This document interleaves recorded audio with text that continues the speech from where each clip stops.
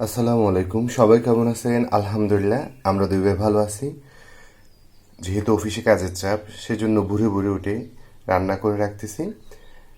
আজকে ভোরে ভোরে উঠে খাসির মাংস রান্না করব, সেজন্য ফজরের সময় আমি খাসির মাংসগুলো ফ্রিজ থেকে বক্স বের করে পানিতে বরফ ছাড়তে দিছি। তো দেখতে থাকুন, আমি বাকি কাজগুলো করে নিই।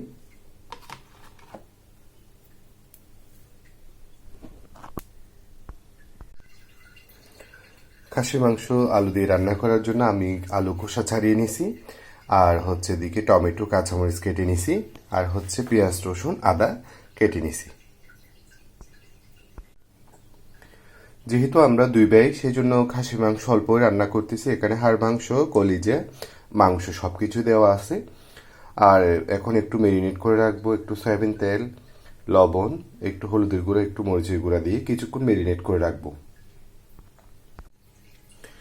সকল উপকরণ দিয়ে আমি খাসি মাংসটা একটু কিছুক্ষণ মেরিনেট করে রাখছি।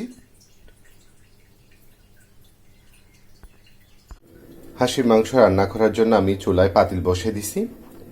এবার কেটে রাখা পেঁয়াজ রসুন দিয়ে দিচ্ছি, বিসমিল্লাহ।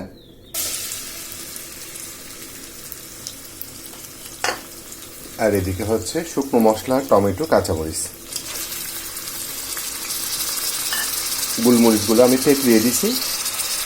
এগুলো তেলে ভালোভাবে ভাজা হয়ে যাক, তারপর আমি মাংসগুলো দিয়ে দিব। আমার মশলাটা ভালোভাবে কষে গেল।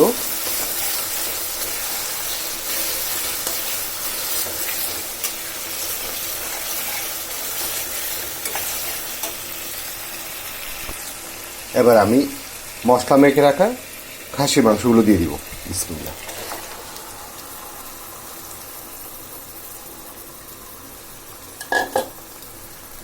এগুলো ভালোভাবে কষে যাক, তারপর আলুগুলো দিব। আমার খাসি মাংসগুলো একদম কষানো শেষ।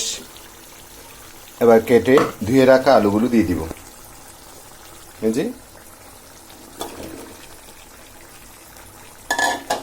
এগুলো ভালোভাবে কষে যাক, তারপর একটু ঝুল দিব। মাশাল্লাহ, আমার খাসি মাংসটা ভালোভাবে কষে গেল। এখনো কোনো রকম ঝুল দিই নাই, আরও কষে যাক, তারপর ঝুল দিব একটু করে।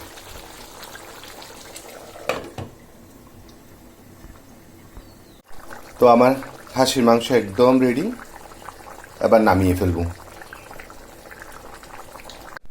তো আমার আজকে রান্না একদম রেডি।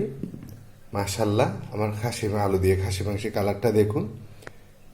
তো আজকের মতো এতটুকু। সবাই সবার জন্য দোয়া করবেন। আসসালামু আলাইকুম।